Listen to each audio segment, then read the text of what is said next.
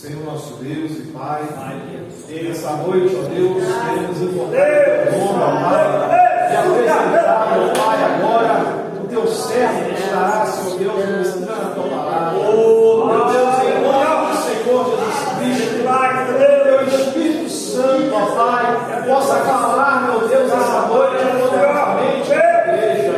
Cubra-nos debaixo da tua graça, Senhor Deus. Espírito Santo, tenha liberdade, Senhor Deus, em nosso meio, e que o Senhor, meu Pai, possa falar poderosamente da tua igreja. Em nome do Senhor Jesus Cristo, nós te pedimos, ó Pai, e também te agradecemos. Amém e amém. Paz do Senhor, amém, que bênção nós estamos aqui, nesse ambiente de adoração, de louvor ao nosso Deus, conhecido em parte do povo de Deus, que vai se encontrar com o seu Senhor Salvador Jesus Cristo. Que satisfação nós estamos aqui, pastor, nós estamos aqui ministrando a palavra de Deus. Quero estar agradecendo pela vida do Diogo, nosso amigo, Nós estamos lá da cidade de Anápolis. Na verdade, eu sou mais lá do interior, lá da cidade de Santa Terezinha de Goiás. Quando nós viemos para a cidade de Anápolis, nós encontramos essas bênçãos aí. Diácono Diogo, Diácono Marcelo, amém? Uma satisfação estar com vocês aqui nesta noite. E através da vida deles, estar conhecendo também os irmãos aqui de Minas Gerais, a cidade da Pratinha. Que bênção, irmão. Nunca tinha vindo aqui em Minas, viu? Mas já estou me sentindo em casa. Povo bem receptível, o alimento também maravilhoso. Amém? É uma alegria nós estarmos aqui nesta noite, para nós meditarmos na palavra, assentado mesmo como os irmãos estão. Vamos estar vendo as nossas Bíblias lá no livro dos Salmos, de número 40. Salmo de número 40. Eu vou estar lendo o verso de número 1 até o verso de número 3.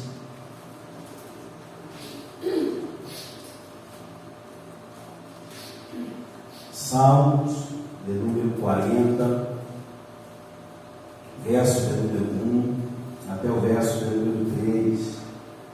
Depois os irmãos vão continuar com a sua Bíblia aberta, para nós meditarmos nesse texto da palavra de Deus.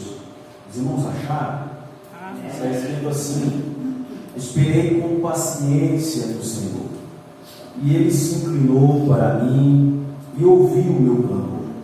Tirou-me de um lago horrível, de um charco de lodo, pôs os meus pés sobre uma rocha, firmou os meus passos, e pôs um novo cântico na minha boca, um hino ao nosso Deus. Muitos verão, temerão e confiarão no Senhor. Amém?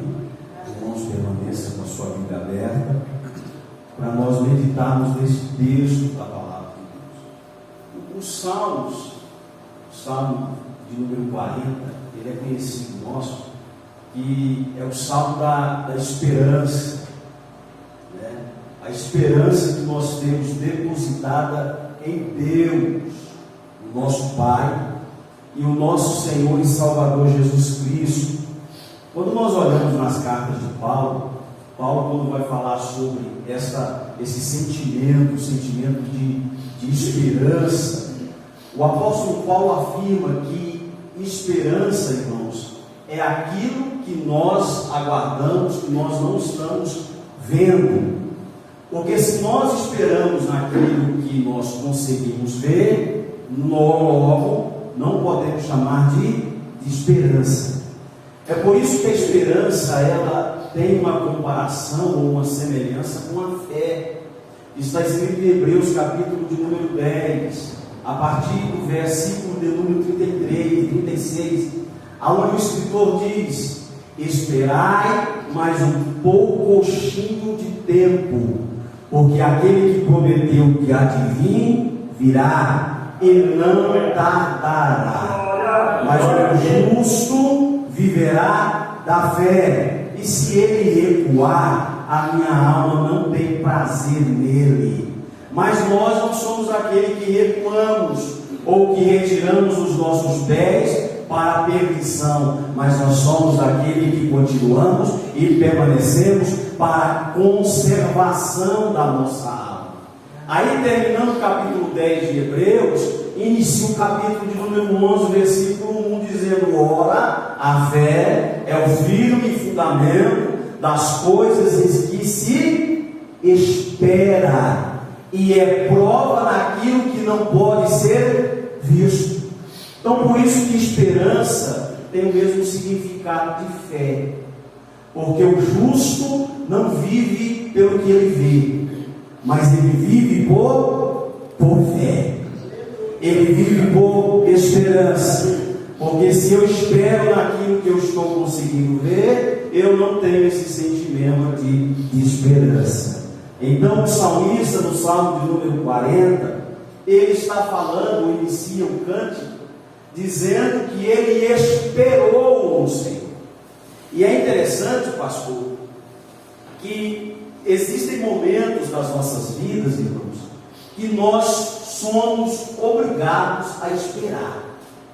É igual uma gestação, uma mulher que está grávida, querendo ela ou não, ela tem que esperar os 9 meses. Querendo ela ou não, é o natural da gravidez. É por isso que Eclesiastes, Salomão diz no capítulo 11, que assim como nós não sabemos, ou como nós não sabemos ou não enxergamos o que está sendo gerado dentro do útero de uma mulher, assim também é a obra de Deus. Então, querendo nós ou não, nós temos em momentos das nossas vidas esperarmos. A pressa não vai adiantar nada, o tentar dar uma forcinha para Deus também não vai resolver nada. Existem momentos das nossas vidas que a única coisa que nós temos é esperar. Você vai para um ponto de ônibus, o ônibus passa tal hora, aí você chega uns 30 minutos antes, querendo você tem que esperar o ônibus, é o horário dele, ele vai passar naquele horário, não é assim ou não? Nas nossas vidas não é diferente. Existem momentos das nossas vidas que nós somos obrigados a ter que esperar. Só que o salmista me ensina algo nesta noite, que ele esperou, só que ele não esperou de qualquer maneira, ele esperou com paciência. Aí é que está algo diferente. Porque se tem momentos das nossas vidas que nós somos obrigados a esperar, nós podemos esperar de qualquer maneira. Esperar com ansiedade, esperar com inquietação, esperar murmurando, esperar blasfemando. Só que o salmista diz: eu esperei no Senhor. Só que eu esperei não de qualquer maneira, eu esperei com paciência.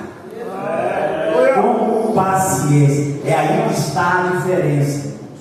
A palavra paciência tem o mesmo significado de paciente.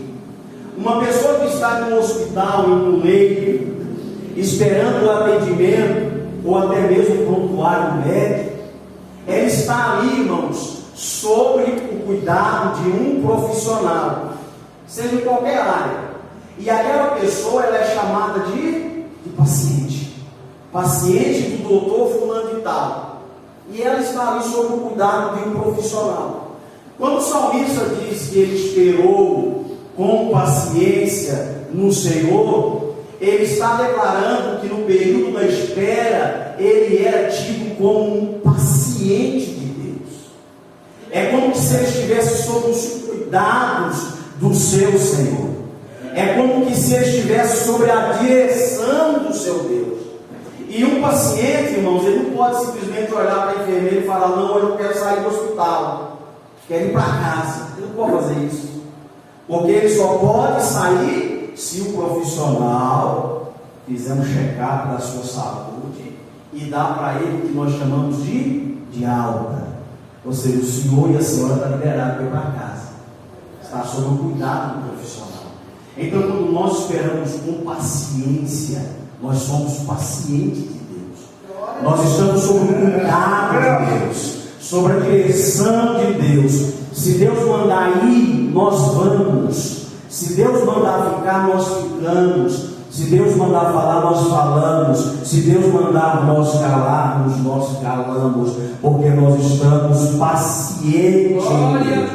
É Deus quem governa a nossa vida. É Deus quem nos dá a direção. É Ele, irmão, é Ele. Então, quando nós estamos esperando em Deus com paciência, nós estamos esperando as diretrizes do nosso Deus, a diretriz do nosso Senhor. Nós fazemos o que Deus manda nós fazer. Nós não estamos sobre as nossas vontades, sobre os nossos desejos. Não, eu faço do jeito que eu quero, da maneira que eu quero, na hora que eu quero. Isso não é esperar com paciência no Senhor. Esperar com paciência é estar sob o cuidado do Deus Todo-Poderoso. É estar sob a direção dele. Isto é esperar com paciência no Senhor. E é interessante que quando nós olhamos para a palavra de Deus, talvez isso já aconteceu com você. Você está passando por um momento da sua vida, no momento da espera. É normal, irmãos, nós temos esse sentimento de inquietação.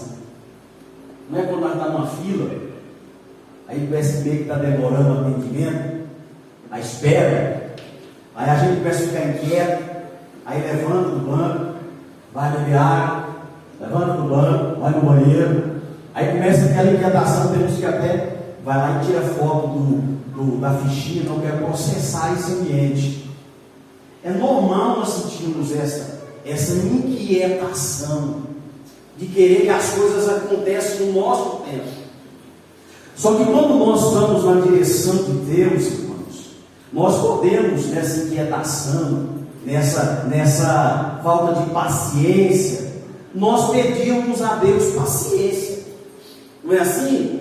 Deus, o Senhor podia tanto me dar paciência.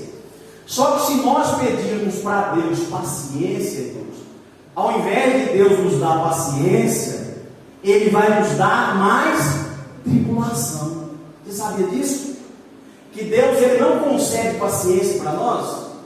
A paciência somos nós que temos que procurar ela dentro de nós e produzir essa paciência. Porque quando você pede paciência para Deus, irmão, Deus vai te dar mais tribulação. Aí você fala assim, mas Deus, eu estou pedindo paciência. Em vez do Senhor aquietar o mar, o Senhor está mandando mais vento, está mandando mais luta. Oh Deus, me dá paciência com esse homem, me dá paciência com essa mulher. Aí vem mais luta dentro do casamento. Aí a gente não entender Deus, não. Estou pedindo para Deus paciência para a minha esposa, a esposa pedindo paciência para o marido, mas Deus está mandando é mais luta dentro do casamento. Que Deus é esse? Só que, irmãos, lá na carta de Paulo aos Romanos, capítulo 5, Paulo diz assim: não vos alegreis somente na glória de Deus, mas alegrai-vos também nas vossas tribulações, sabendo que a vossa tribulação produz paciência, e a vossa paciência produz experiência, e a vossa experiência produz perseverança no Senhor Jesus. Irmãos, somos nós que temos que tirar a paciência de dentro da tribulação. É nós que temos que produzir a paciência. E essa paciência, no meio da luta, da dificuldade, vai gerar em nós uma experiência. Aí quando você vê um irmão ou uma irmã passando pela mesma situação que você passou há anos atrás, você vai olhar para essa pessoa e falar: calma, irmão, calma. Aí você vai se chamar: nossa, esse irmão é muito calmo, esse irmão é muito, nossa, é muito manso. Meu Deus, eu queria ter essa paciência de Jó na vida desse irmão. Não, irmãos, é porque ele, na tribulação, ele produziu paciência, e hoje ele tem experiência para cantar da parte do Senhor. Ele olha para alguém passando pelas mesmas lutas e vai dizer: oh, calma, porque o mesmo Deus que foi comigo lá atrás, Ele será contigo e te dará vitória no nome do Senhor Jesus Cristo. Gera experiência, e a experiência, irmão, produz perseverança. Peraí, se Deus fez isso, se Deus me curou lá atrás daquela doença, e eu estou enfermo hoje, o mesmo Deus que foi ontem vai ser hoje. Ele vai me curar também dessa enfermidade. Aí gera no crente, sabe o quê? Em vez de desistir, gera perseverança. Você olha no crente e diz assim: meu Deus do céu, esse crente sofre mais, e mesmo assim você não vê ele estressado, você não vê ele quieto, você vê ele louvando e exaltando o nome santo do Senhor. Sabe por quê, irmãos? É porque ele adquiriu na tribulação paciência. Ele sempre soube que estava sob os cuidados de Deus. Então não peça paciência para Deus, busque ela nessa luta que você está enfrentando. Outra coisa interessante, uma doença que tem acometido muito, até mesmo muitos crentes, chamada doença da alma, a doença da ansiedade. Aí tem crente que ora assim: Deus, o Senhor podia tanto tirar a ansiedade de mim, eu sou um crente muito ansioso, tira a ansiedade de mim. Irmãos, Deus não vai tirar a sua ansiedade. Ele não tira. Ele não te dá paciência, e nem tampouco tira a ansiedade do seu coração. Sabia disso? Porque Pedro diz na sua primeira epístola, capítulo 5, versículo de número 7, ele diz: lançando sobre ele toda a vossa ansiedade, porque ele tem cuidado de vós. A ansiedade, irmãos, para sair do nosso coração, não é Deus que tira, somos nós que lançamos nele. A palavra ansiedade significa excesso do futuro, excesso da manhã, é o excesso da preocupação do dia de amanhã. E sabe como que nós lançamos as nossas ansiedades em Deus? Filipenses capítulo 4, através da oração e através da súplica ao Senhor.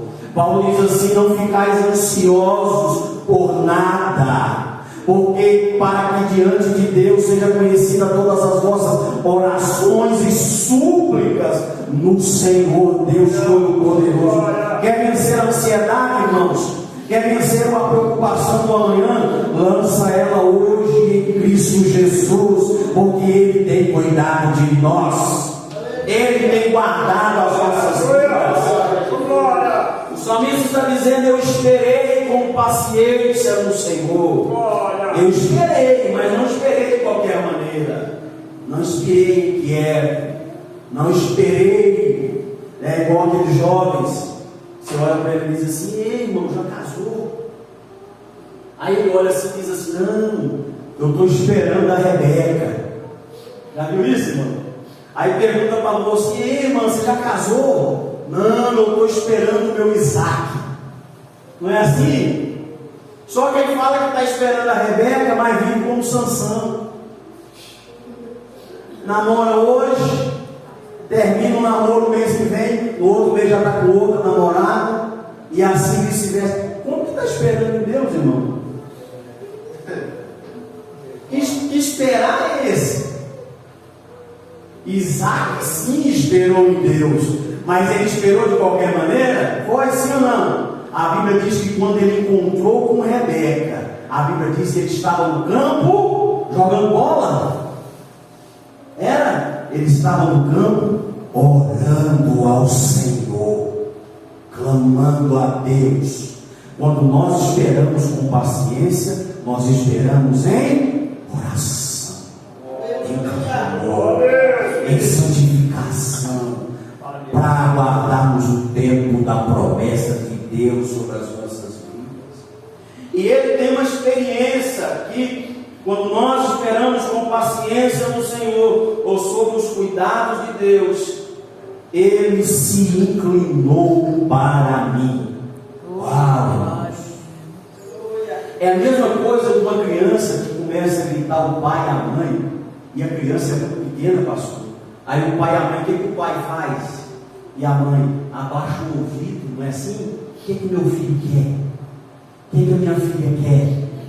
Quando Quando o salmista diz que Deus inclinou para ele e ouviu o seu clamor, foi dessa maneira, irmãos.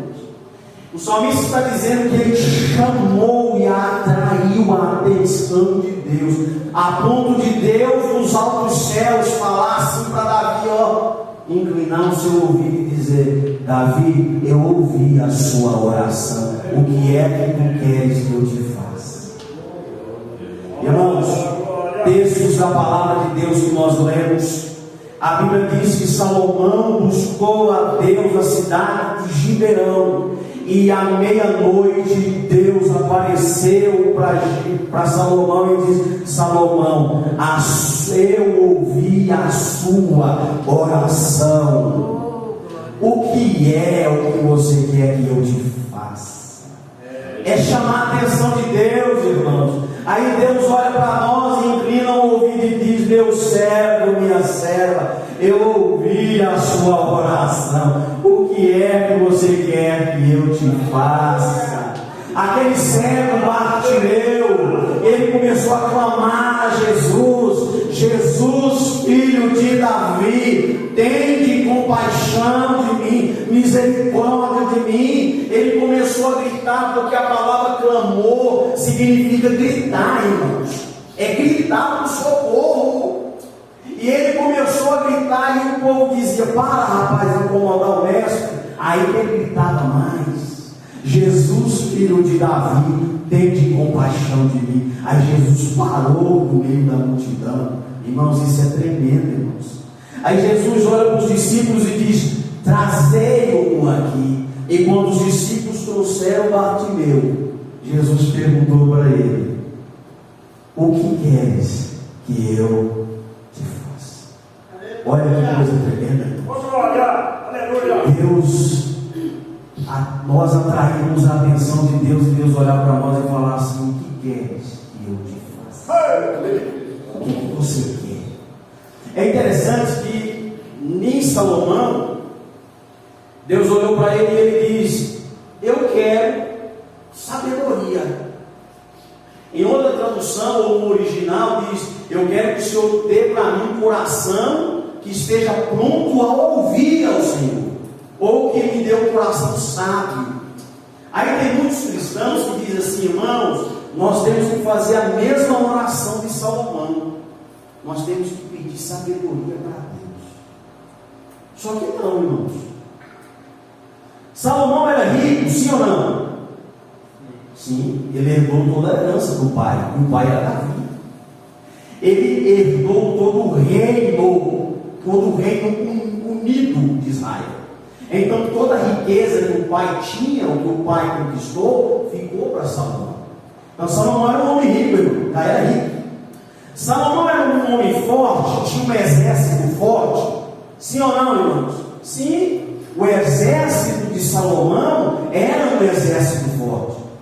Então Salomão, a única coisa que faltava para Salomão para administrar tudo que ele já tinha, o que era, irmãos? Sabedoria, ué. Então não foi vantagem Salomão ter pedido sabedoria, não. Ele só pediu o que estava faltando na vida dele. Aí Deus olhou e falou: Salomão, que oração, visto que tu não me pediu riqueza, porque você já tinha. Porque tem muita gente que tem, irmãos, e quer mais. Sim ou não? Salomão não. Aí, visto que não me pediste força ou poder para ter paz diante dos seus inimigos, mas visto que me pediu sabedoria, eu vou te fazer o homem mais rico da terra. E outra coisa, um exército vai pensar 10 vezes antes de vir contra ti, porque eu vou te dar paz. E outra coisa, eu vou te fazer o homem mais sábio de toda a terra. É por isso que Paulo, escrevendo lá em Efésios, ele diz que Deus pode nos dar abundantemente, mais além do que pedimos ou além do que pensamos, segundo o seu poder que opera em nós. O Bartimeu, irmãos, o que faltava para aquele Bartimeu? A visão. A visão. Jesus diz diz: o que queres que eu te faça, Bartimeu? Ele diz: eu quero voltar a ver. E Jesus olhou para ele e diz: então veja. E a Bíblia diz que ele viu. Aleluia. O que está te faltando hoje, nesta noite, sobre a sua vida?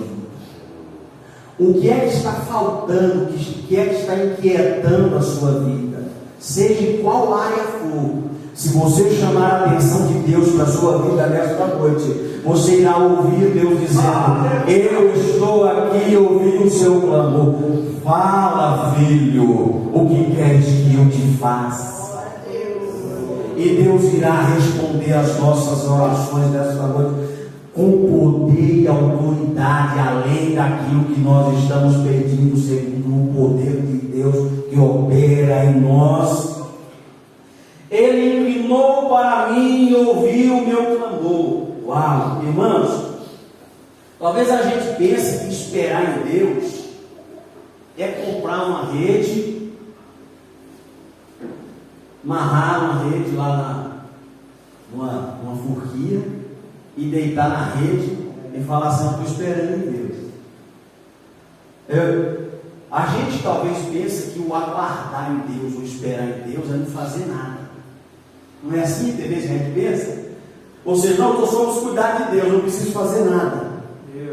Quando Pedro fala na sua segunda epístola sobre a vinda de Cristo, ele diz que nós devemos aguardar a vinda de Cristo, e não só isso, nos apressarmos para ela. Não é aguardar e ficar parado e não fazer nada, não. É aguardar a vinda de Cristo e se movimentar ao seu encontro. É se aproximar dele e ele se achegará a nós. É a igreja que vai, irmãos, e é o Cristo que vem. Não é deitar no espiritual e falar assim: não preciso fazer nada, porque Jesus já fez tudo na cruz do Calvário, então o que eu preciso é só esperar. Então, não é isso o texto está falando isso.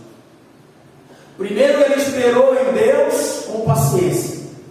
E segundo, irmãos, ele diz aqui que Deus ouviu o seu.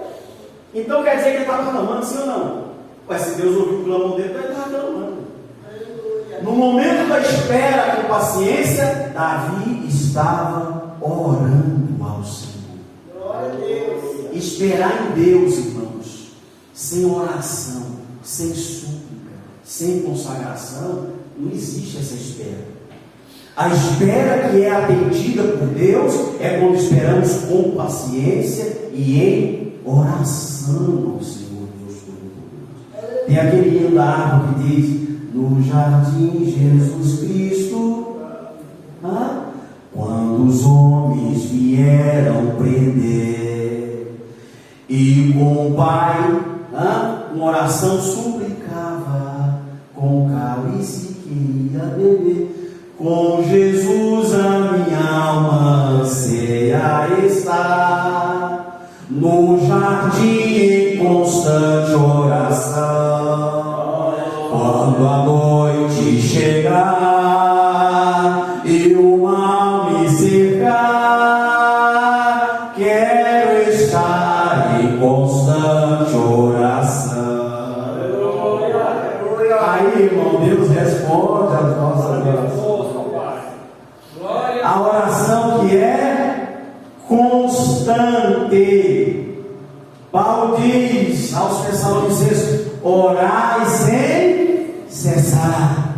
Aos Efésios capítulo 6 versículo 18: e vigiando nisso e orando em todo o tempo com orações e súplicas para os santos do Senhor. A nossa oração, irmão, só é ouvida quando nós oramos com constância. É todos os dias, esperando com paciência no Senhor, buscando a Deus, se aproximando-se de Deus, buscando no jejum, buscando na oração. Deus irá ouvir a nossa oração e irá nos conceder vitória da parte do Senhor. Se ele estava, irmãos, clamando, Deus ouviu a sua oração. Então ele não estava esperando deitado na rede, ele estava esperando em oração. E segunda coisa, no verso de número 8, olha que coisa tremenda, no capítulo do número 40, verso 8: deleito-me em fazer a tua vontade. Ou seja, eu estava esperando o Senhor com paciência, em oração, e outra coisa, eu estava me deleitando em fazer a vontade de Deus. Aí não tem como Deus não responder, não. O salmista no Salmo 37 ele diz: deleita-te no Senhor, e Ele satisfará o desejo do seu coração. Entrega o teu caminho ao Senhor, confia nele, e o mais Ele fará. Então o salmista estava esperando em Deus com paciência, em oração, e se deleitando em fazer a vontade de Deus. Ó Deus meu, sim, a tua lei está dentro do meu coração. Verso 9: preguei a justiça na grande congregação, eis que não retiro os meus lábios, Senhor, tu sabes, não escondi a tua justiça dentro do meu coração, apregoei a tua fidelidade e a tua salvação, não escondi da grande congregação a tua benignidade e a tua verdade. Eu esperei com paciência no Senhor, em oração, me deleitando em fazer a sua vontade, e outra coisa, fazendo a obra de Deus, pregando a palavra de Deus, congregando como igreja, como está escrito lá em Hebreus capítulo de número 10, não deixando o costume. Qual é o costume que está escrito lá? O costume de congregar. Porque é na congregação, irmãos, no ajuntamento da igreja, que o texto diz que nós nos estimulamos em amor e nós repreendemos uns aos outros. É aonde? É na congregação. O salmista está dizendo: Deus, eu esperei com paciência no Senhor, em oração, me deleitando em fazer a tua vontade, e eu não deixei de congregar, e não deixei de fazer a sua obra. Eu sempre nesse momento, eu exerci meu ministério, eu preguei a tua justiça diante da congregação. Irmãos, como que Deus não ouve essa oração, irmãos? Ele continuou fazendo a obra de Deus.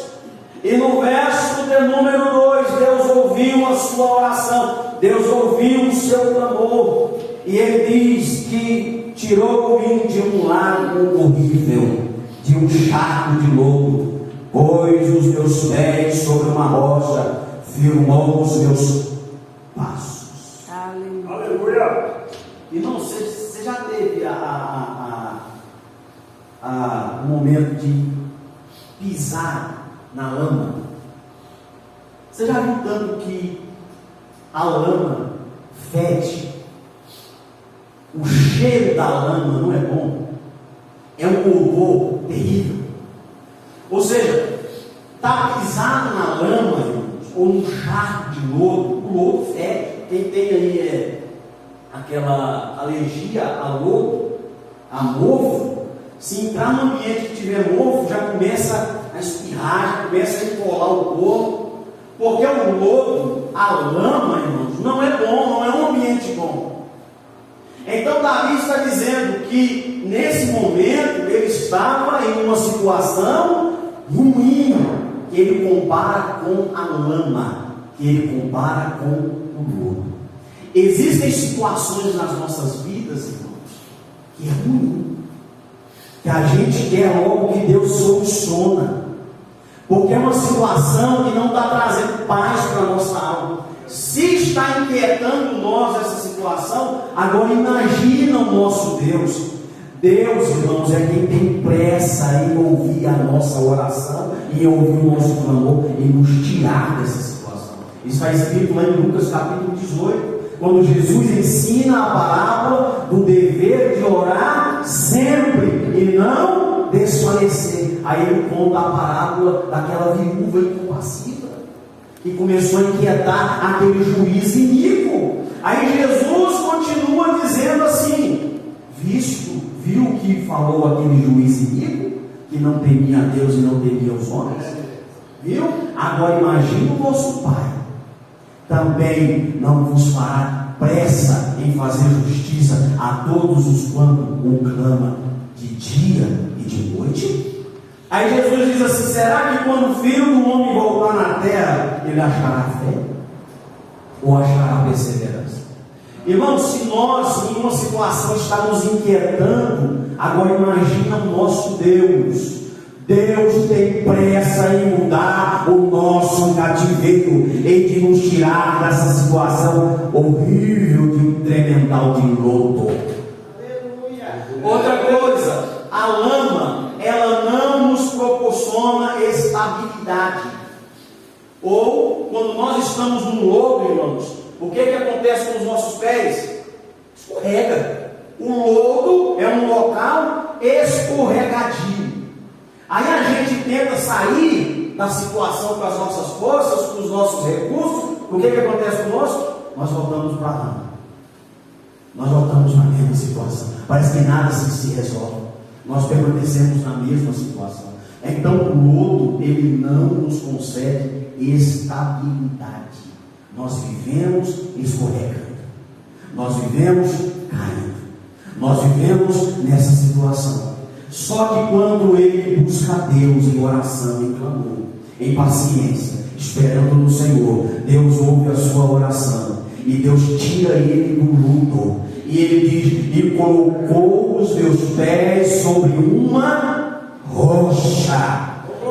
Não, ele colocou só os pés na rocha, não. Ele diz: e firmou os meus passos. Aleluia! Deus vai nos tirar dessa situação, irmãos, que nos causa cheiro ruim, e uma situação que nos causa falta de estabilidade, e vai nos colocar em uma situação de uma rocha, e vai firmar os nossos passos, e nós, irmãos, não iremos escorregar mais, porque os nossos passos estarão firmes na rocha, e a rocha é Cristo Jesus. E ele firmou os meus passos. Só que me chama a atenção aqui no texto, irmãos, é que Davi poderia ter o sentimento, sabe o quê? De desistência. Não é assim que acontece conosco. Talvez a gente saiba da vida de alguém, da igreja. Ah, a vida do irmão é uma vida difícil. Como que ele tem coragem de subir no púlpito e pregar? Já aconteceu isso com você, pastor? Tipo assim, Deus falar assim: o senhor sai de casa, tem alguém enfermo lá dentro de casa, chega na igreja e Deus fala assim: ó, você vai pregar sobre cura hoje. Hã? Ou talvez a pessoa está doente, irmãos. Aí Deus fala assim: você vai pregar hoje sobre cura. Mas Deus, eu estou doente. Como é? Eu deixei meu familiar lá em casa, Deus, eu deixei meu familiar no hospital, e o Senhor me trouxe para a igreja para pregar sobre cura. Não é uma coisa ilógica, irmãos? Aí a gente costuma dizer assim, ó, que a gente tem que pregar o que a gente vive, não é assim? Davi estava pregando o que não vivia, não, irmão. Ele estava pregando a justiça de Deus, mas vivendo um outro, vivendo num lugar sem firme, sem firmeza. Ele vivia, irmãos, num local que fedia, mas ele, quando entrava na congregação, não furtava a justiça de Deus. Pregava a palavra, pregava a justiça de Deus. Talvez Deus te permitiu entrar nessa situação, e de vez em quando Deus pede para você pregar sobre essa situação. Talvez você está passando por luta dentro do seu casamento. Eu não estou falando de hipocrisia, não, irmãos. Isso é ato de fé. Isso é ato de fé. Talvez você está passando por uma situação difícil dentro do seu casamento, e você chega na igreja, aparece alguém na sua vida passando por luta do casamento e te pede um conselho.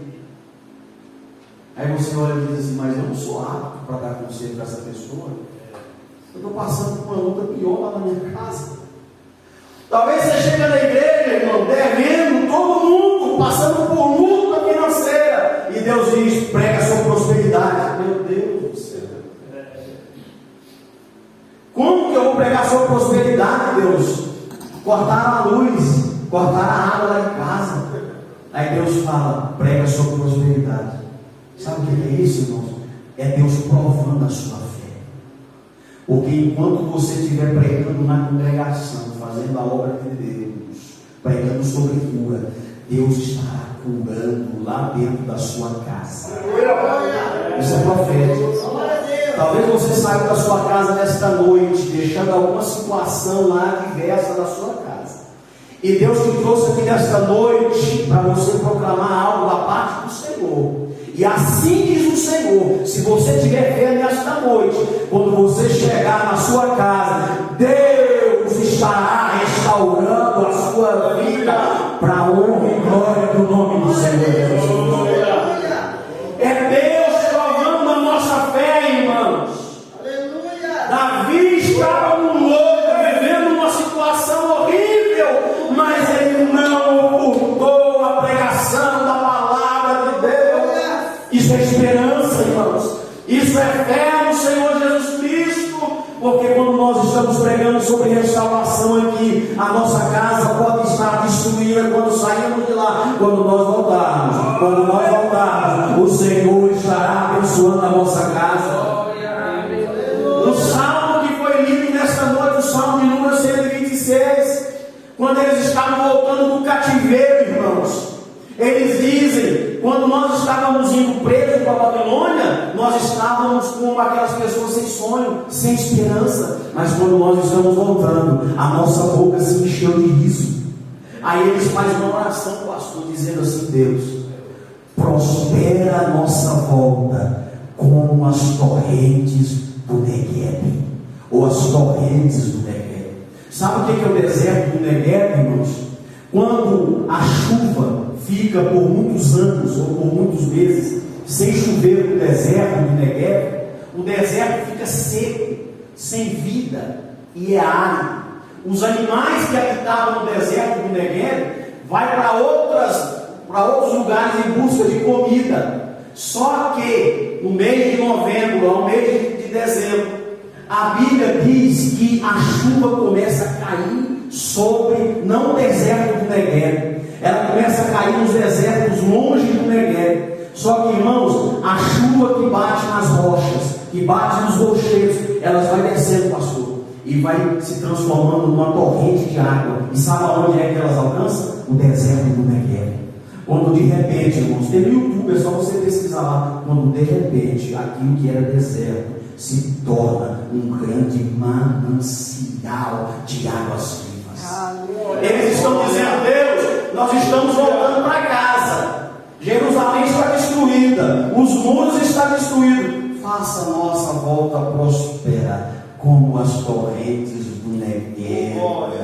Quando você voltar para casa com a situação que foi deixada lá, no nome de Jesus, Deus já estará restaurando no nome do Senhor Jesus. Glória a Deus, aleluia. Talvez o diabo soprou na sua cabeça dizendo assim: mas rapaz, a situação que você está vivendo, você ainda vai para culto, você ainda vai para a igreja, olha a situação da sua vida, para esse negócio de ser crente. Aí Deus prova a sua fé.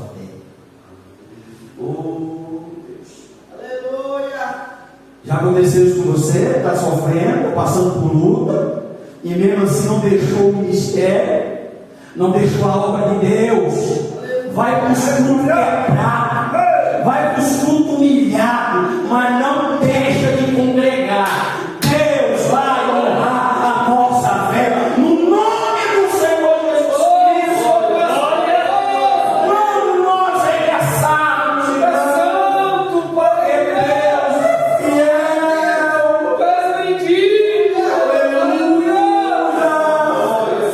enquanto nós pregamos, mesmo não estamos vivendo, Deus vai ver a nossa fé e Ele vai mudar a nossa situação. Aleluia, aleluia, aleluia, Deus vai mudar a nossa situação, porque Deus é fiel, irmão.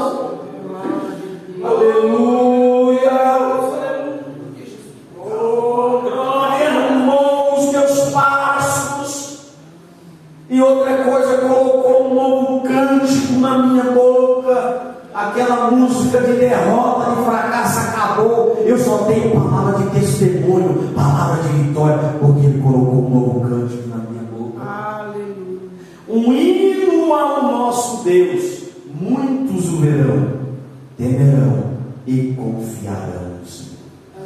Em porção, já para a gente terminar, está escrito assim, ó: muitos verão o que Deus fez na minha vida, ficarão espantados, temerão, ficarão de boca aberta, mas através daquilo que Deus fez na minha vida, eles também passarão a confiar no Senhor.